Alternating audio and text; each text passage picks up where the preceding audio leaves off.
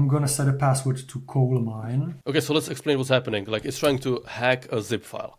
Yes. Password protected zip file. It does some cracking and yeah, here's the password. That was an AI agent hacking a password by itself. It's called Agent Zero and it can do pretty much anything. People are using it for medical research, machine learning, and to even recover lost cryptocurrency worth over $20,000. Yeah, this AI agent can do a lot. In this video, the creator of Agent Zero reveals how the agent works, how to set it up, and how you can build anything with it. This is the David Ondrej podcast. Enjoy. All right, Jan, so how would you explain Agent Zero? Agent Zero, well, first of all, it's an agentic system. It's quite a big agentic system because it has its own operating system, Linux, and there's an AI agent living inside that Linux system in full control of the system. So the system acts as a body for the agent, allowing the agent to execute actions. It can install any additional software and run it in the Linux system. And the agent acts as the brain of the system. It's also worth mentioning that Agent Zero is completely free and open source. Feel free to do really whatever you want with it. This is the main difference, right? Between other agents, that it can do anything in the operating system, basically. Yes, it's completely isolated. It doesn't operate on your computer. There's a lot of agents that can operate on your system, but every system is different, right? And the main role of the agent is to be your personal assistant. So it's not a system admin, it's your personal assistant. And it uses the operating system as a toolbox. I like to say if it can be written by an LLM and executed in Linux, it can be done by Agent Zero. So this is the user interface of Agent Zero. I am connected with my web browser to the instance of Agent Zero running in Docker. This is running locally on your computer. This is running locally on my computer. I am now connected locally from my computer to my computer to the Docker. But this works well from remotely over the internet from a mobile phone as well. We have a Cloudflare tunnel. You can enable a Cloudflare tunnel. This gives you a public URL and you can access your Agent Zero instance from anywhere using the public URL. You can use it from your phone, including your camera, microphone, everything. It works just as well. So we have the chat interface. We have the list of our chats and tasks. There's quite a lot of settings that can be customized. You can use any AI provider, basically any AI model. And you can also inspect all the files in the operating system. I'll show you the file exchange, even remotely with Agent Zero, is very simple. So let's jump to the examples. For example, one thing I do daily are file conversions. Let's say I have a Agent Zero logo, which is a vector graphics file, and I need to convert it to PNGs to upload them to some server like Twitter or something. So I can tell Agent Zero, create 3 PNGs, transparent background, sizes 128, 256, 512 pixels. And just like that, the agent starts working on it. By the way, Jan is actually one of the oldest members of the New Society, which is where Agent Zero was initially born. The New Society is a group of over 500 people at the cutting edge of AI. So if you want to learn how to build AI agents, just like Jan does, make sure to join. Oh, and everyone who joins during May will get a personalized AI strategy made for them. So don't miss this offer and join the New Society today. The link is below the video. I can inspect its thoughts. So it starts by thinking about the task, and then it uses a terminal in the Linux system. It installs a library to convert SVG files. So again, it doesn't have a tool for file conversion. It just does that with a Linux library. It has almost no tools. The only tools that the agent has is to support its, let's say, learning and integration in the system. It doesn't have tools dedicated to specific tasks. So it has tools like to use browser. It has tools to use the terminal. It has tools to execute Python code, but it doesn't have a tool to convert images because it has the Linux, right? And Linux, Python, and Node.js are probably the 3 biggest open source libraries in the world. So anything that can be done there can be done in Agent Zero. So the library is installed. It proceeds with the conversion in the Linux terminal. It does all 3 files in a single command, and it tells me the 3 PNGs with transparent backgrounds have been created for your SVG. And you can notice that anytime the agent mentions, or the terminal or whatever, mentions a file anywhere, it becomes a link and I can just click it to download it. So even though I'm connected remotely to the operating system, I don't have any folders shared. I can still click the path or the file and see everything or download everything that the agent prepares for me. So any file the agent creates, they stay in the Docker container. That's the sandbox of the agent. It's his playground, and I can send files in and download files out. So this is the logo converted to PNG with transparent background. And I can proceed with another task. Let's, for example, give it a few thumbnails of my YouTube videos and tell it analyze these images, then create a PDF file with a title page, the 512 pixel logo in the middle, title agent 0, then one image per page. That should be enough instructions. And again, doing this manually would take, a bunch of time. Yeah, like I have the tool for that installed on my machine because I, for example, created these thumbnails. Yeah, but yeah, it would probably take me like, I don't know, 2-3 minutes. Yeah, and if you didn't know how to do it, way more than that. And that's assuming I have the tool. Yeah. It writes a Python code. So what does it do here? I think it failed at analyzing these images. So I can stop agent 0. Okay, it finished. I can, by the way, stop agent 0 at any time in the middle and intervene. I think it failed right now at analyzing the images first. Modern thumbnail image possibly representing diaper. Yeah, that's just not right. So it got lazy here. By the way, this is GPT 4.1 model. Normally, I really like the model. It seems to have the exactly right amount of thinking and doing. It doesn't overdo stuff like Claude. This time it failed, so I can tell it, you did not analyze the images first. Do that and then create the descriptions properly. But your prompt was also pretty detailed. Like you told it like 7 or 8 different things it should do. I'm not sure if I disable vision actually. No, I didn't. So yeah, okay. So I told it to use vision specifically. So it uses the vision load tool. It analyzes all the 4 images at once using the model's vision capabilities. So now... So you use the model or use like Mistral OCR? No, it's the model's vision capabilities. Okay. If the model is vision capable, you can enable vision and it can analyze multiple images at once, get the visual information into the context window, and then proceed. Okay, so we have a new PDF file. Let's see. Yeah, okay, this time is much better. Yeah, that's custom. All right. Yeah. And of course, it works both ways. I can say now, like, convert the PDF pages to JPEGs, then create a GIF from them with 1 second timing.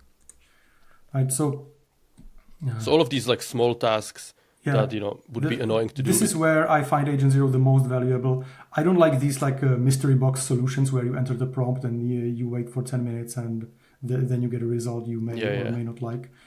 I like that. It's not practical. I can see what it does. It's really quick. Right now, it installed some packages, probably for converting PDFs to JPEGs. Real quick, if you want to use AI to increase your productivity, then you must check out Vectel. It's the only AI productivity tool that actually completes your tasks for you. And you can try it completely for free. Just go to vectel.ai and sign up. Let's see. Did it finish yet? Yeah, okay. So now we have a bunch of JPEG images and now it should convert them into the GIF using ImageMagick. I find this especially useful, not this use case, but the speed at which it handles these ad hoc tasks, especially for my use case as a developer, because I often need to convert something, process some file quickly, clean up some data set. And I don't want to wait for it. I don't want to break my flow. I just need to have it now. Okay, and here's the GIF. So can you like run multiple Agent Zero instances at one? Yes, you can run as many of them in Docker, but it's not really necessary because you can run multiple chats at once. Okay. Each of these chat instances, they have their own dedicated like context in terms of both the chat and the operating system. They have their own set of terminals, and even individual chats are capable of multitasking. When they execute something in the terminal, they specify the session. So it can, for example, do something that runs infinitely in session number 0 and then run another code in session number 1. That's handy for development. It can run a server on session number 0 and do something else in session number 1. Speaking of the server, because it's a full Linux system and the agent has root access everywhere, it can do stuff like, okay, let's start a new chat for that. Install PHP, create a test script to show system load RAM disk in a nicely styled page, serve it on port 9999, then open in a browser to test it. Okay, so it's a bit more complex, I guess. Yeah, and if you're a developer and if you're developing a web application using either PHP or Next.js or whatever, you can even have like a Python backend server, etc. It can run those servers for you inside that Linux, serve them on different ports. So here it checks for PHP installation. Now it creates the PHP script. Now it serves the script. And now it uses the web browser to open the page. Let's see.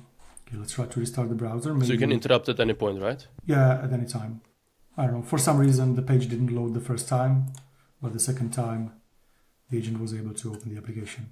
And we are using Browser Use Framework, which is state-of-the-art framework for controlling browser inside Python projects. So you can tell the agent like open weather.com in a browser, and it's capable of navigating those pages, searching, etc. So Agent Zero really can do an application testing for you. So if you give it like a login to Amazon, it could buy something? Probably, but servers like Amazon or Google, they have a lot of bot protection, so they will probably serve one CAPTCHA after another. So I'm not sure if that would work reliably. I mean, it uses browser use, and when I tested browser use, it purchased the book without a problem. Yeah, with the GUI. I didn't test this specific use case. I tried browser use using some Google services, and Google didn't like that really. Okay. But yeah, to be honest, I'm using a VPN, so maybe this helps, like identifying myself as a bot, because thinking about it, even I myself have to fill a lot of CAPTCHAs on Google. Okay, and we got the weather report. This should demonstrate that this is really flexible and interactive. Like it doesn't need to be prepared for anything. You don't need pre-built tools. The only tools the agent have are, like I said, to control the operating system, to use the browser, to manage memory, etc. Basically to make the agent more productive, but nothing bound to a specific task. And you also mentioned that it's always learning, right? Yes, that's a good reminder. Thank you. So let's take a few seconds to explain how it works internally. So the framework controlling Agent Zero basically controls the behavior and the message loop of Agent Zero. So when you send a message to Agent Zero, it starts an internal process where the agent iterates, communicating with its tools, with the operating system, and then ultimately reports back to you. And it has a few core features. I can call them hard skills, like it has a built-in search engine. We use the search engine, which is open source, so it doesn't need to communicate to Google or whatever. It can use its internal search engine to search the web, which is private and very fast and reliable. Like I can demonstrate a search engine for AO videos. And it should use the search engine tool, and here I have the results. So it's much faster than doing it in a browser and searching Google, etc. So the search engine is one of the core features. I can call them hard skills. The other one is like a speech to text or embeddings model for managing the agent memory that is built into the Docker container. It has tools for like multi-agent cooperation. It can spawn subordinate agents and delegate subtasks to them. So if you need to do something really complex, the agent can delegate to sub-agents. And then the real superpower of Agent Zero, I think, are the soft skills. And namely, that's the context window management and memory management. I made a video about how context window management and memory management works in Agent Zero. It's a very complex system, but it really pays off. So all the messages you see, they go into the context window of the large language model. And if it grows too large, it becomes expensive, it confuses the agent, and it can overflow the available space, and the whole agent can crash. So to prevent this, I developed a compression and optimization system that is inspired by how human brain works. See, humans, they never really forget stuff completely, but our memories, they lose detail over time. So you can remember where you went to school, you can remember all the people from there, but you will remember probably nothing from the classes, right? Because you lose the detail over time and you only remember the important stuff. And that's exactly how the compression works. As these messages become more and more obsolete, they are grouped into topics, then topics are grouped into blocks, and they are summarized, and they are grouped more and more and summarized more and more. So in theory, you can have almost infinitely long conversation with Agent Zero. I can, for example, show this one example. You can see my scroll bar here, this one pixel, right? So this is a task that Agent Zero completed in 20 minutes probably. It included the delegation and the team of agents. And when I look into the context window, it says 50,000 tokens, 47,000 tokens. But it looks like millions of tokens, right? Yeah, that's because most of the job was delegated to subordinate agents with their own context windows, and the rest was summarized. So you can talk to a single Agent Zero chat instance for days, and it will still remember everything, not everything, but it will still remember what you talked about days ago. You can ask it, and it will still have the context. And this tremendously helped to deconfuse the agent and still keep all the relevant information in the context. So it's interesting that a lot of the, even deep learning, right? A lot of the best principles in AI, a lot of the architectures are inspired after biology. Yeah, exactly. So neural networks in general. Yeah. Yeah, well, that's a system that has been in development by nature for millions of years. So there's no way it's inefficient. If nature is something, then it's efficient. So this is to handle the context window of the agent, and it works in great tandem with the long-term memory of the agent. I can enable utility messages here. So utility messages should appear in my chat. And this system works completely automatically in the background. So anything that happens in Agent Zero is automatically memorized. It is embedded to a vector database using the built-in embedding model. It is saved into a dedicated memory area, and it can replace previous memories if they are too similar to the new stuff. And the same way it memorizes solutions. So if the agent does something successfully, like in this example, serving the PHP script, it saves it into a special memory area for solutions. So the next time I ask it to do the same thing again, it will not have to think about it and come up with a solution. Imagine that the agent fails the first time. That can happen a lot. Not all LLMs are built equal, and sometimes the task is too complex to be done in zero shot. So the agent can fail. Maybe it requires an API key or something. So you can intervene, you can help your agent, and once the agent gets it done, it memorizes it, and the next time it will be able to do it on its own. So really... So that's saved to the vector database, but how is it loaded? Like, when is it loaded? Oh, sorry, I forgot to mention. Exactly the same, automatically. Here I send the agent a message, search engine for AO videos, and it searches the memory automatically for memories relevant. With every prompt? With every prompt and in between iterations. Like when the agent does something for a longer period of time without me prompting it, like here, it continuously prompts or searches the memory. So this happens automatically in the background. The agent has a dedicated memory tool. If I tell the agent to memorize something, it will save it like willingly to the memory. But it also happens completely autonomously in the background. And again, I did this being inspired by human brain, because you don't consciously save memories, right? And you don't even like consciously load them; they just pop up. So I wanted Agent Zero to work exactly the same way. Like if you cook a meal that you cooked yesterday, you don't need to think about it. You just do it because the memory is like still in your context window. But I think it's worth explaining, like the vector database is also another level, because that allows you to store like hundreds of millions of tokens, billions, and then pull that, like the most relevant stuff into any prompt. Yes. That's the way it works, and like that is exactly the goal of the vector database.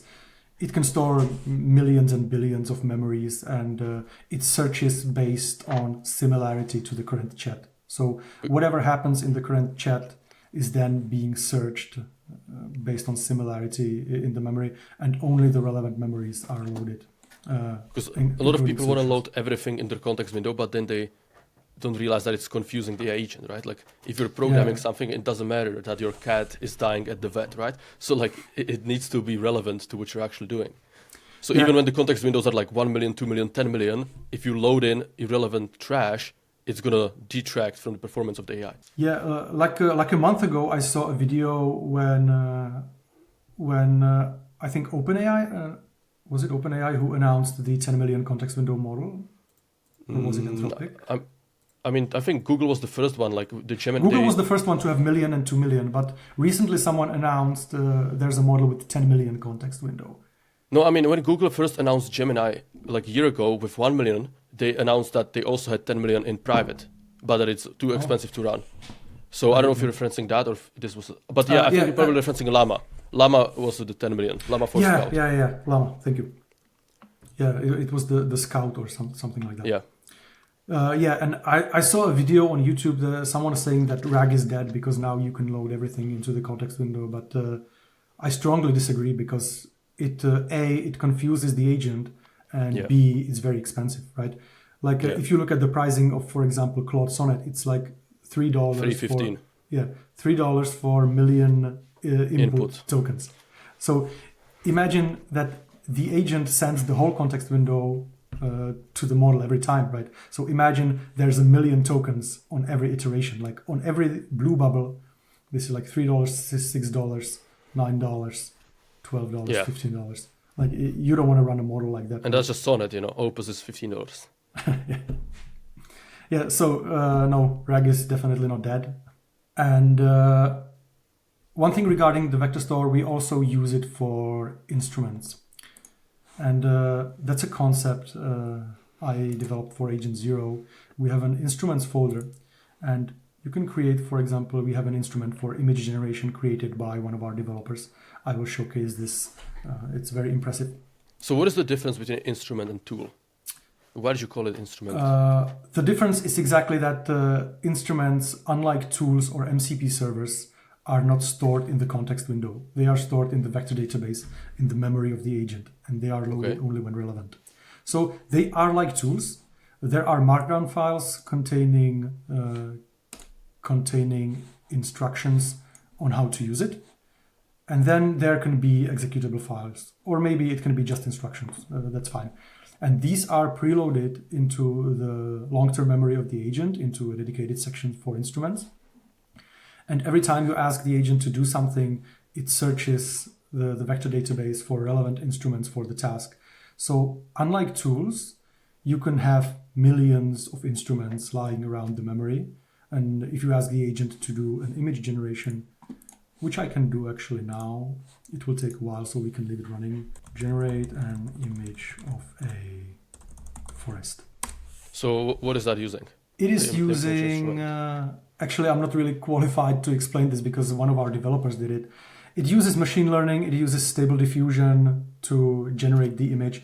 Right now it will be doing it on my CPU because I don't have a CUDA GPU. Mm-hmm. So it will probably take a while. Maybe you will hear my fans spinning up. And the way our developer did this was he was experimenting with one of the earliest versions of Agent Zero with machine learning. So he let it download all the machine learning libraries like PyTorch and everything required, download all the data sets, and then use the NVIDIA GPU and Stable Diffusion to generate images. And that was one of the first versions of Agent Zero. It was running in terminal back then. And now in the later versions, once he was satisfied with the results, he turned it into an instrument. So now anyone using Agent Zero can use this instrument without having the agents to learn it all again, iterate and do the stuff all over again. At first, it will have to download all the data sets. I have mine already downloaded because I generated some images already in this Docker container. But now, everyone has the tool built in Agent Zero to generate images and even sound effects without cluttering the context window. By the way, I'm offering a 30 minutes one-on-one call for everyone who joins the new society with the yearly plan. I'm not sure how long I can keep this open because my time is very limited. But if you want personalized coaching on YouTube, how to build an AI startup, AI agents, or anything else, make sure to join the new society with the annual plan. Because now it's the best time to join. The link is below the video. So this is the nice thing about having it open source, right? People can build on top of it and contribute. Yeah, definitely. So was that the main reason why you made it open source, or what was the thought process behind that? I think I made it, I made it open source because I didn't want to develop another commercial project in my free time. I tried that multiple times and I never liked it because I always thought about the monetization first and features second, etc. Right? You need to come up with the business model, etc. I didn't want to do any of that. I just wanted to build something nice. So that's why I made it open source. At first, I experimented with Crew AI. This all started as an experiment with Crew AI. I wanted to see if Crew AI could replicate itself, and it could. But then it was very generic, and these pre-built generic agents couldn't do much. So I created a code execution tool for them, so they could execute any command in the terminal. And that's where it all clicked. When I saw the LLM, how it can execute code in the terminal and debug its own code and fix it and download dependencies, etc. That's where I knew this has to be a full thing. I have to make this. And so then I started building it in Python. Originally, it was installed in Python running on the host machine, but it soon turned out that this was not maintainable because every PC is different. So it needs to have a standard environment. And so we ended up here completely isolated in Docker, standardized, with a ton of features already. And I'd like to mention we're still in beta. The current version is something 0.8.4. The version 0.8 is about adding all the last missing features, like the vision tool, RAG tool, MCP, etc. So we are now finalizing that, and it will be released in the following weeks. What I'm showing you now, by the way, is a development preview. This version will be released probably next week. So for example, this particular instrument is not in the stable release yet, but it will be there in a week or so. And then we move to the most important version of Agent Zero, that will be 0.9, where we will completely rewrite all the prompts and make it all click. We want to make the agent really feel native and naturally in the operating system. We want the agent like to be right at home there and exactly know what it can and cannot do. This is still based on prompts. Some of these prompts have been written by me a year ago. So, okay, image is done. And we have an image of a forest. It's not perfect. I've seen much better from this tool.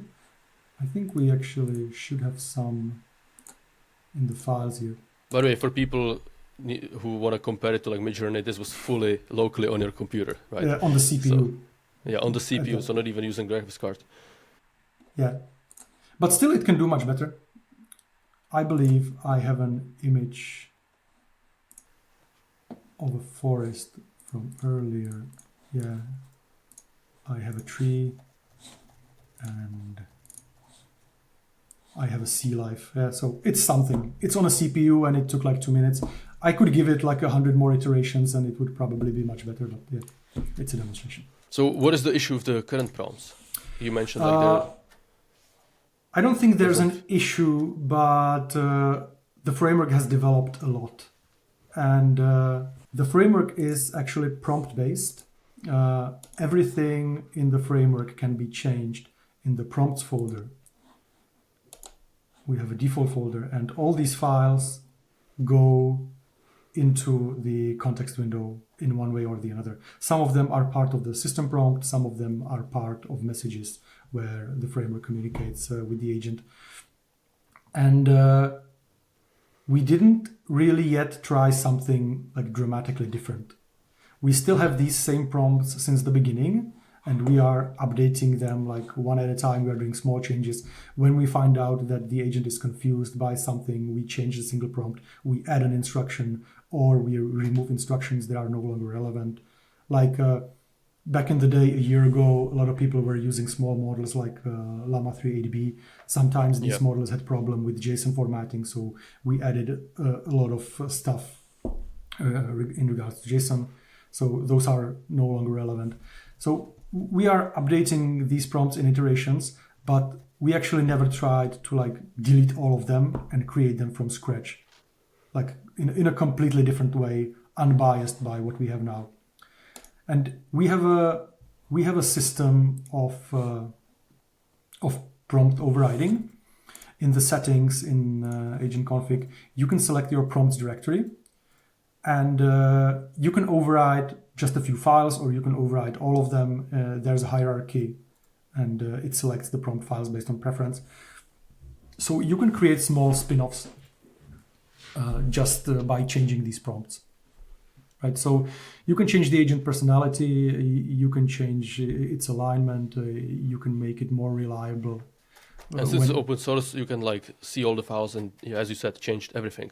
Like that's something that the other definitely you can change anything you want.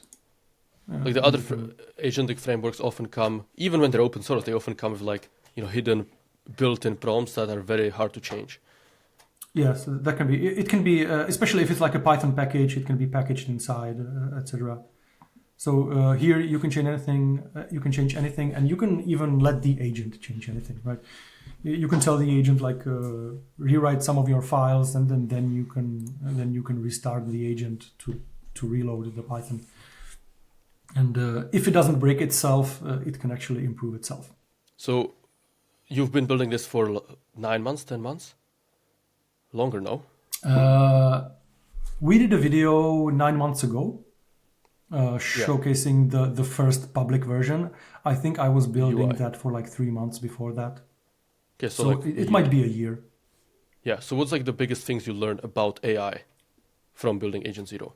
I think the biggest thing is that you need to cooperate with your agent. Like this saves so much time, or like you have to let the user cooperate with the agent. Like if you make it a mystery box, if you make the user enter a prompt and then wait for the result, like this is very frustrating. And also, if you remember the early days of agentic frameworks like CrewAI, it wasn't even like streaming tokens.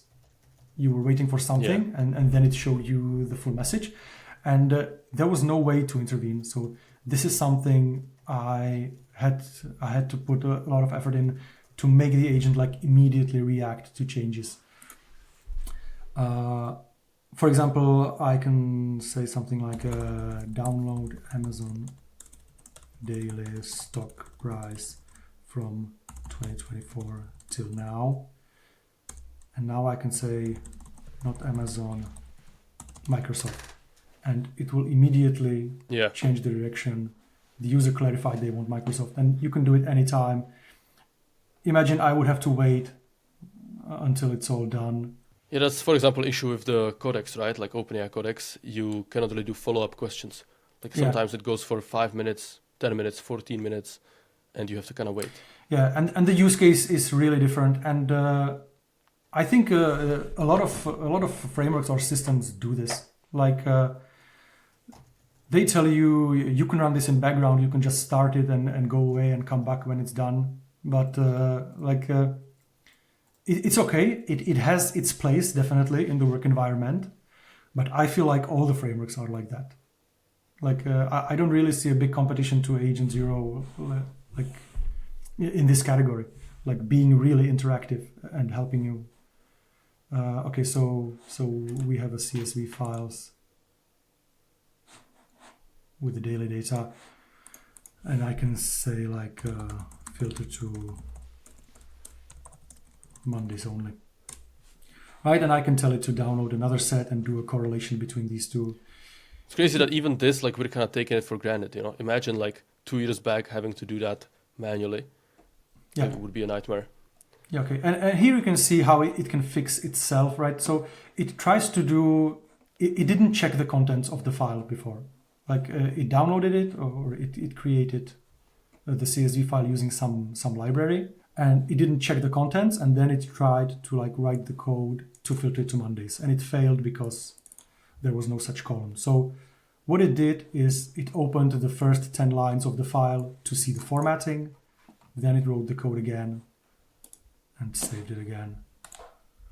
So yeah, it's really fast, and it's this like interactivity, and it's this iterative approach that makes the agent progress really fast. And 22, 29, 5, 12. There was probably a holiday between these two, but yeah, okay. So how are people using Agent Zero mostly? Like you have a Discord server with thousands of people, right? Yeah, well, I try to ask them from time to time, but I don't think there are 2 people that use it in similar way. Right? Like really, we have people that use it for like absolutely complex stuff like medical research and machine learning and like 3D geometry, etc.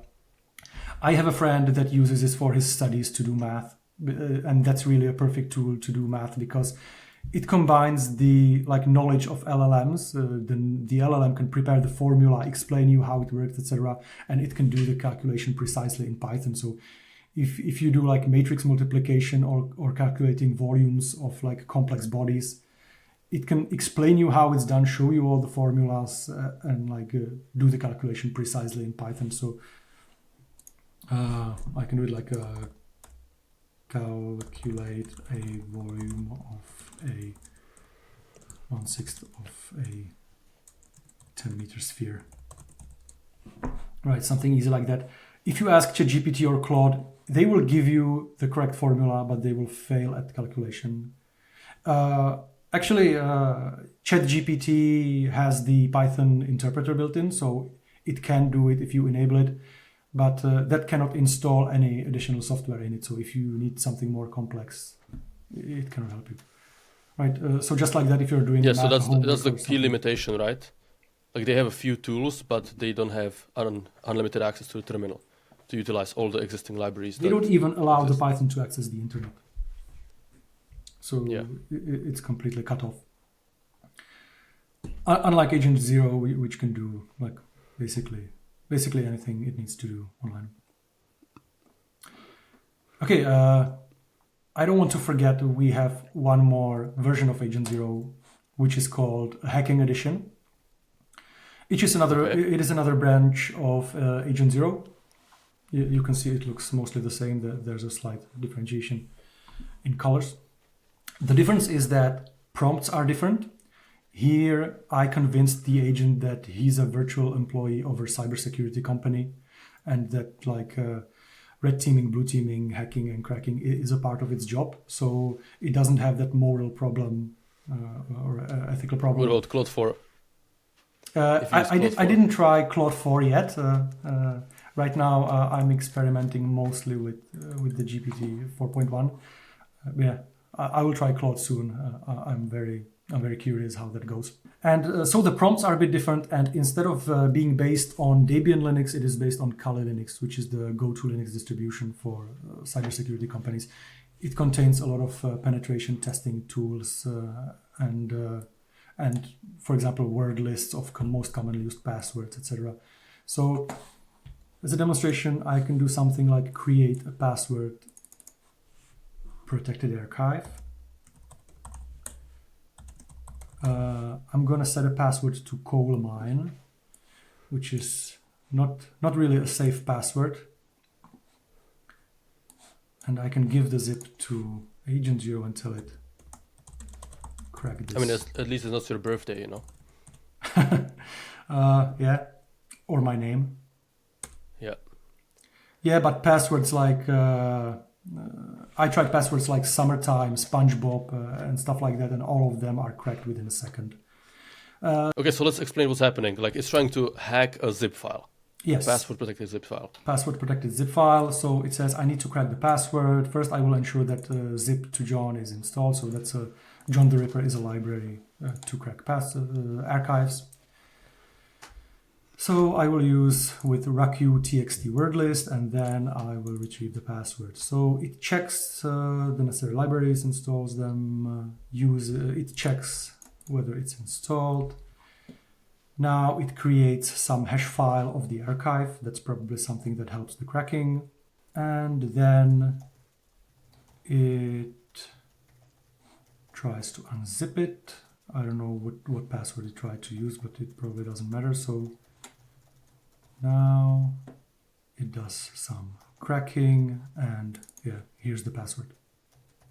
Coal mine. Nice. John has successfully cracked the password. The output shows that the password is coal mine, and now... So like what, 20-30 seconds?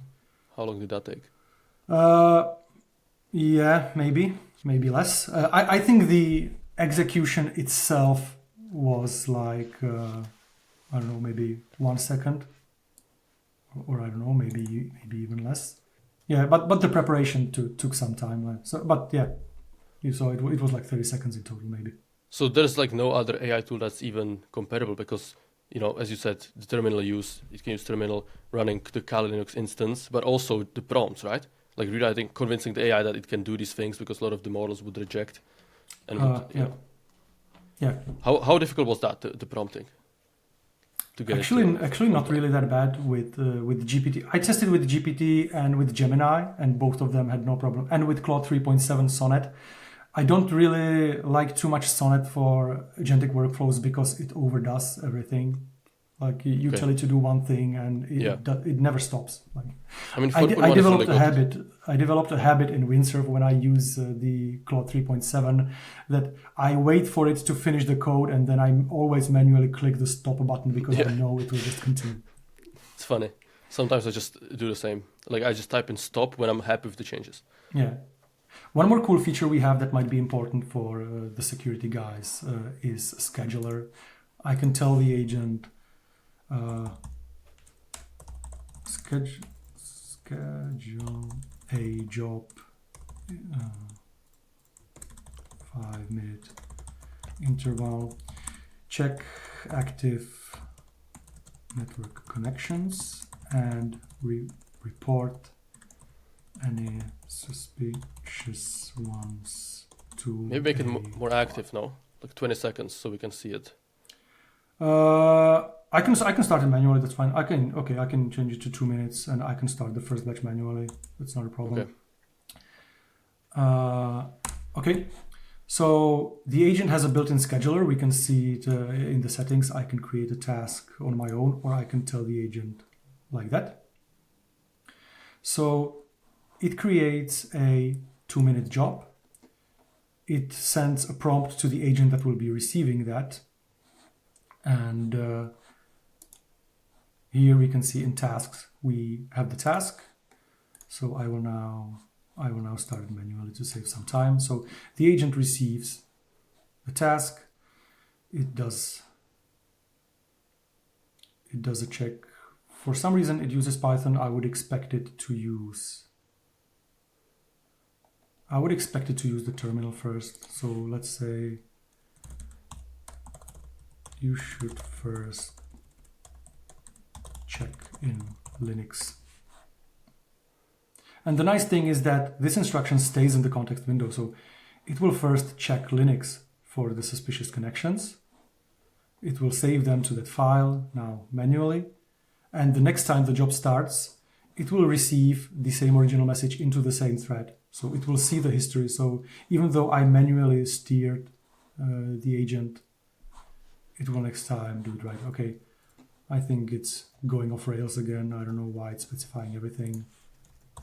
Only save those suspicious ones. I tested this exact example a few days back. So basically it can act like your cybersecurity employee. Yeah. Right now it's overdoing. If I didn't know it's GPT 4.1, I would be sure this is Claude. But yeah, it can monitor the network. It can check the RAM usage every 2 minutes and save it in a file, etc. It can do all that stuff. So is this the version of Agent Zero that you used to recover that lost Ethereum? I used the standard version because Ethereum is deterministic. There was quite a story. I made a video about it. If anyone is interested, they can watch. Ethereum is deterministic. I just needed to find out the correct wallet and transaction number combination to recreate exactly the same smart contract with exactly the same address on a different chain. So I gave Agent Zero all my wallet numbers, and I told it I need to find out the exact combination of a wallet and nonce ID to generate. Because it was difficult because I did it on a test net, and the test net resets every 14 days. So okay. All the data was already gone, and I didn't know which wallet I used and which transaction it was. So I needed to do a huge simulation of all my wallets and transactions. And I actually did it twice because it happened again to some other unlucky guy who just, I don't know how, but sent a lot of Ethereum. It was something like 8 or 9 Ethereum on wrong chain to a non-existent wallet or non-existent contract. A real practical use case of Agent Zero. Yeah. So what, a 9 Ethereum is like $20,000? Yeah, probably more right now. And the first time it was something like $4,000. So yeah, quite a lot of money saved. Do you want to quickly touch on this setup? Because a lot of people will be wondering about that. The setup is actually quite simple. Just like a week ago or so, I made an easy installation guide. The easiest way, if you're not a really technical guy, you can just download Docker Desktop and search for Agent Zero Run. And you will find Agent Zero Run. You can pick the latest version and just pull it and run it. It will start a container in your containers, and then you can click the port to open the web UI. It's really simple. There's a dedicated video for it, so I think you can have it done in something like 2 minutes. One nice example I tried just yesterday when I was experimenting with video conversions and manipulations in Agent Zero. I found out that it can do this. I can tell it search online for Agent Zero showcase video URL YouTube, then Tetris theme song on YouTube, then download both, then take the sound from Tetris and add it to the showcase as background music at 20% volume. So it's like a real video editing task. It still uses the Linux terminal, so it will not be able of doing some advanced effects. But if you need something trimmed, or if you need like shifted audio or embedded subtitles or something, it can definitely do it. So it's downloading the Agent Zero showcase video. Now it's downloading. I mean, even this is like a use case that most people still don't even know how to download videos from YouTube, right? So like yeah, you can use some online service. You probably have to skip a lot of ads or maybe fill out some registration. Okay, that was quite fast. I would expect the encoding to take a little bit more time. So let's see what we have here. All right. I'm not sure if you can hear the music over the stream. Oh, okay. That's a probably shame. copyrighted anyway, no? I don't know, maybe, but yeah, there's a Tetris music in the background. Yeah, you'll have to trust me on this one. I don't know why. I would expect. I don't hear it. I would expect it to stream the computer audio as well. Sorry. Yeah, but so if you need a video manipulation like this, if you need to download something and like extract the audio from it and maybe then do a transcription or something, I'm pretty sure there's an API for transcription or a Linux utility for transcription as well. So yeah, as I say, if it can be executed in Linux and if it can be written by LLM, it can most probably be done in Agent Zero. Anything else when it comes to the hacking version, like any other cool use case that it can do? I'm not really qualified. To like do any of this stuff. So I just picked up a random use case that I could comprehend, like cracking a zip archive. Like, could you give it your website and it could find vulnerabilities? Maybe. Check agent-0.ai for, let's say, tech used and possible vulnerabilities. Yeah, it seems I did this already for Agent Zero. Maybe not exactly search for vulnerabilities, but I did some analysis probably on my web already because it remembers something. Lightspeed web server, I'm not sure about that. That's probably my providers or my hosting stuff. But yeah, I definitely use Bootstrap. So when you start a new chat, does it still load from the vector memory or no? Yes. The vector memory is always present. You can select a memory folder. If you want to start something, it's in agent settings. You can select a different memory subdirectory if you need to do something else and you don't want it to collide with your current memory. But yeah, it's like omnipresent. Okay, so possible vulnerabilities. Lightspeed server has had several vulnerabilities, including remote code execution. No immediate critical vulnerabilities are visible from the outside. My web is actually completely front-end. I made sure that it has no backend service connections unless it really needs that.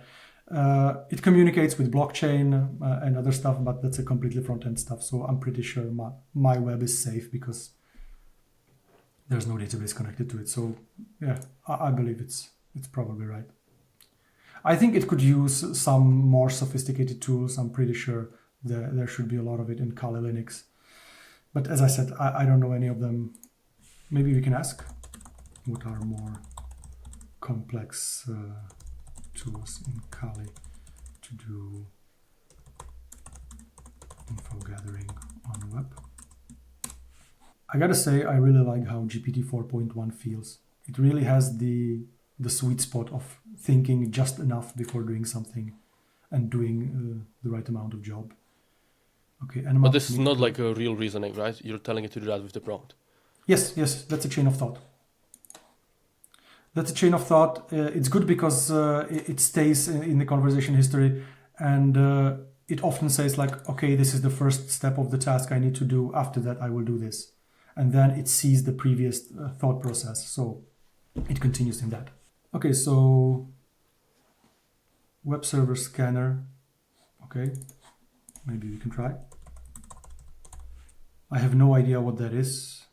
Okay, it seems it doesn't require anything, but it still gives just basic information.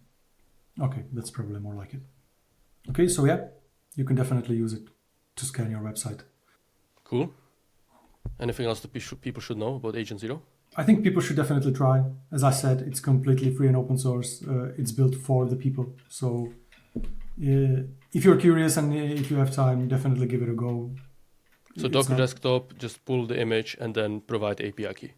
Yeah, it can work with Olama or the LM Studio for the chat model, utility model, etc. You can select one of the providers. So Olama is there, LM Studio is there. I don't recommend local models to anyone because when someone runs local models, they are usually 8 billion parameter models with small context windows, and like the user experience is just not there if you do. And GPT 4.1 is very cost efficient. Like there's no reason to save these pennies. You can use Grok for free. There are rate limits, but you can set Agent Zero to respect those rate limits, so it will wait before each request. Even OpenRouter has some really good free models, so you can use AI for free without having to run it locally. We also have our community on Discord. We have our YouTube channel, so if people like Agent Zero, it would really make us happy if they could join the community and discuss their use cases with us. Yeah, I'm gonna link both. I find use cases to be actually the most difficult task, like preparing for this video. Actually find out use cases that people might relate to, because when I ask in the community, I get so like overly complex stuff people do. Like people use it to create like N8M workflows.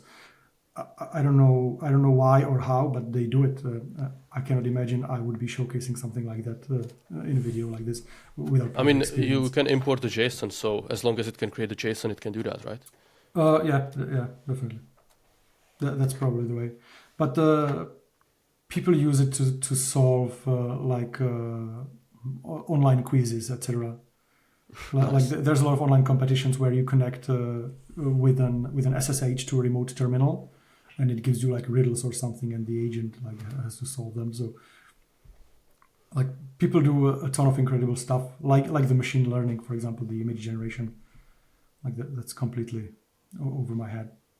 All right, so anything else you want to mention, or should we wrap it up? We can wrap it up.